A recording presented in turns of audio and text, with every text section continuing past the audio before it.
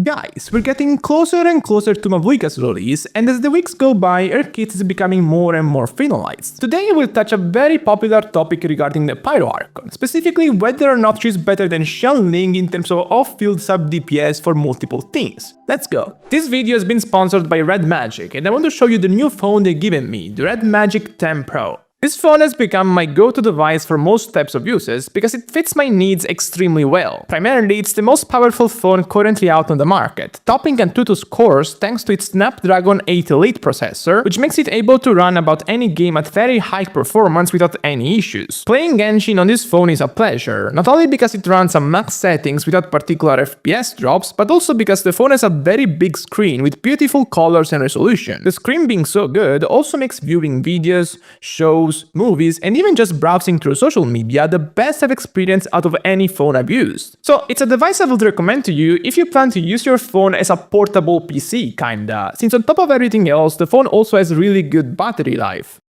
One thing to keep in mind though is that it's kind of a big phone, which mainly has pros when it comes to its viewability and practicality. That's another reason this phone is perfect for gaming, for example. You will never really feel like the display buttons are too small. And there is basically no input delay, so even in the more intense situations, its responsiveness won't disappoint you. The charge time is also lightning fast. It takes about 30 minutes to completely refuel this phone's battery, and considering it will last you an entire day on normal usage, that's really convenient. Assuming heavy gaming on high settings, it should last around 6 hours, which is still really good all things considered.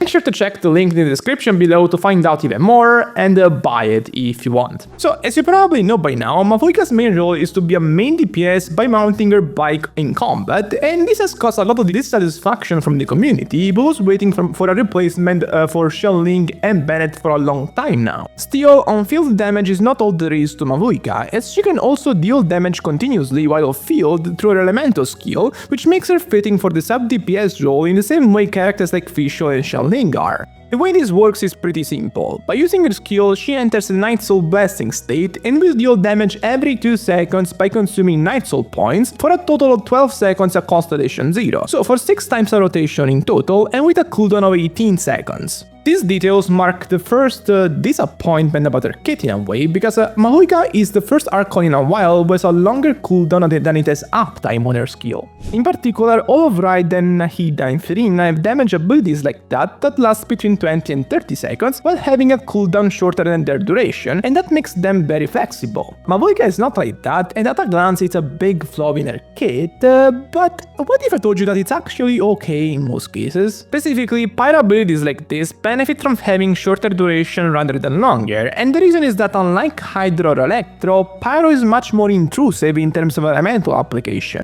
Let's take Xiangling for example, so the matter of discussion on this video. Through her Pyronado, she applies Pyro for 15 seconds in total, which gives her 3 more seconds of uptime than Mavuika in that sense, which means that it's better, right? Not always. Let's say that, for example, you're playing her on a Breezely Melt team or a Molani Vape team, so teams where you need their Pyro application to enable reactions for these powerful carries. On these teams, you typically start a rotation with Cryo or Hydro application respectively, to allow something like Xiangling to trigger their scroll set effects and increase the damage for that element. In these cases, Xiangling's 15 seconds long Pyronado actually makes things a bit awkward, because it lasts for longer than Breezely or Molani's uptime, meaning that after the end of the rotation, Pyro will keep being applied. This makes it harder to reapply Cryo or Hydro to start the following rotation and use Xiangling in the same way as before. Conversely, with a shorter duration ability like Mavuika's, it's not a problem, because it will end around the same time this carry's rotations end. 12 seconds is the perfect middle ground in my opinion, because it's long enough to last for most carries uptime, but almost never longer than needed. Other than the skill, Mavuika also has more sub-DPS capabilities through Elemental Burst, which deals a lot of damage in a single instance and enables a supportive effect that will buff the active character's damage bonus for 20 seconds. The second thing already gives her more supportive utility than Xiangling, and that aspect becomes even more favorable for Mavuika if you factor in that she can use the scroll set to buff the entire team,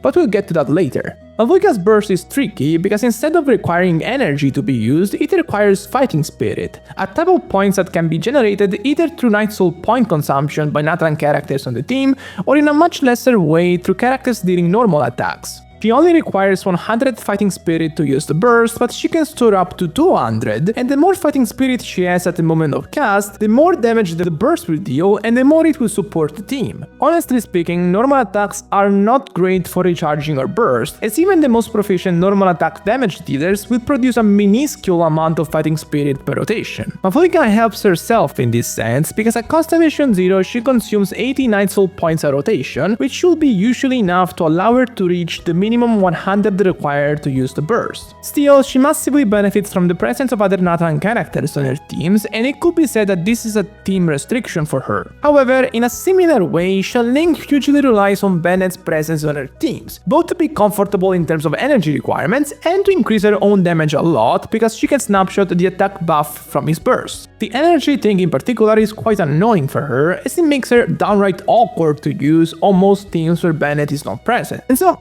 practically speaking, even if you want to criticize Mavuika for having some kit restrictions, the thing is, Xiangling is pretty much unbeatable in terms of how many restrictions she has. And the comfort benefits don't end here even. Another big aspect is that Mavuika's cooldowns line up at 18 seconds both for her skill and her burst. In comparison, Xiangling's Pyronado is a 20 seconds long cooldown. This allows Mavuika to fit better alongside teammates that can fit on shorter rotations like Colorand and Brizzly. But still, honestly, everything I said would be for nothing if Mavuika wasn't at least comparable to Xiangling in terms of two big factors, and those are damage and application. But before I move on, let me remind you that if you enjoy my content and my theory crafting but you haven't subbed yet, please consider doing so because it really makes me notice your support, and also go check my new Instagram and TikTok accounts. So, in terms of damage, I will tell you right away that Mavuika is quite competitive. Technically, in terms of pure output, Xiangling packs a bigger punch, but Mavuika's very significant advantage is that she doesn't have to build energy recharge, and so she can invest much more into damage-related stats than Xiangling can. Currently, assuming she has access to other Nathan characters on the team she can fit in, she can more than compete in terms of sub DPS. This is assuming she's using the scroll set, which is a supportive option that increases the damage for the team as well as her own. If there is another character on the team that can hold the set in her stead, then she also gets access to stronger offensive options like Codex, which increase her damage even further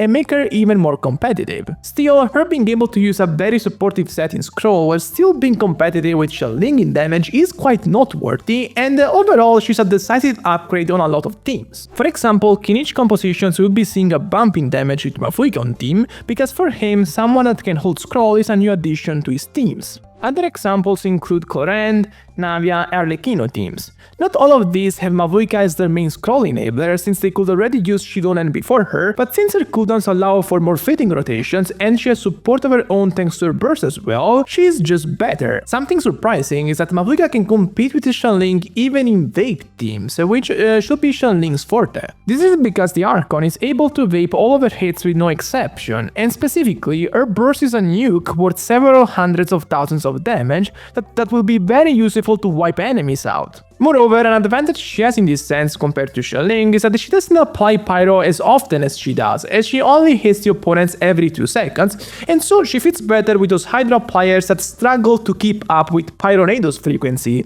like Ayato or Kokomi for example. The other part of the equation here, however, is how good she is at enabling other carries to trigger these reactions, like Brizzly for melt teams, Moani for vape teams, Nubulet for vape teams. Xiangling is the best Pyro player in the game, as she applies Pyro more than once every second through Goba and Pyronado. This always made her a top option for the carries that can use enabling of that kind. In comparison, Mavuika only applies Pyro every 2 seconds, which is clearly not as impactful. But a relevant fact here is that in many cases you don't need as much application as Xiangling provides. Carry like Molani that attacks every 3 seconds on average can do very well even with a more infrequent Pyro applier, and as a matter of fact she can already do more than well with characters like Dia and Xinyan as of right now. Brizzly is more demanding in that sense, but not as much as you would expect. This is because Pyro gauges are quite hard to consume by cryo hits, and so you don't need that much Pyro application to enable consistent melts. Also, even if that fails, course, you can pair Mavuika's application with Dendro characters such as Nahida and Emily to make the Pyro aura more consistent through burning. As of right now, all of these options surpass the previous Xiangling variants in terms of theoretical damage. For Nuvolette, it's a bit more complicated, because Mavuika shouldn't have enough Pyro application to make him vape consistently, and actually the opposite is more likely to happen, with her vaping off of his Hydro application.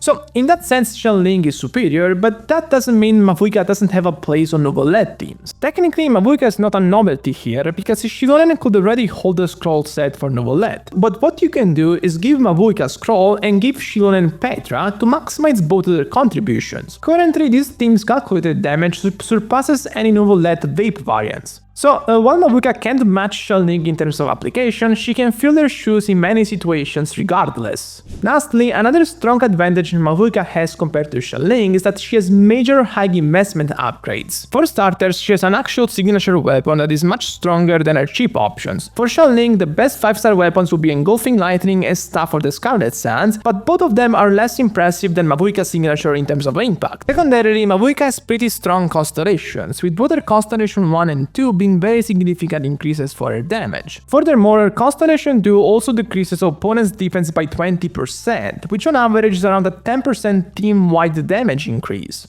Basically, the point is that while Mavuika is a character whose primary role is to be a main DPS, she can compete with and even surpass the current best Pyro sub DPS we have in the meta on a lot of teams at Constellation 0, and on top of that she has quite significant high investment layers that can make her quite inarguably better. And with this, I'm done for today. If you enjoyed this video, remember to subscribe and also check the Redmagic phone in the link below, and also go check this Italy video I made a few weeks ago. Bye bye!